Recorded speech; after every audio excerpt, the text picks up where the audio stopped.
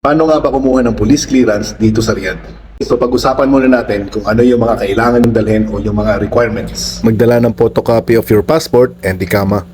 2x2 photo with white background. At mas maganda kung mayroon na rin kayong field na application form. At ang pinaka-importante, magdala kayo ng pera. Ito ang mga lugar na kailangan yung puntahan at ito ang mga kailangan yung gawin.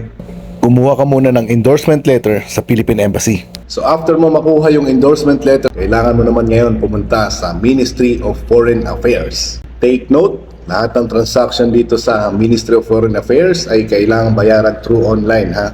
Pag naselyo ka na yung letter mo, next destination mo ay sa police station.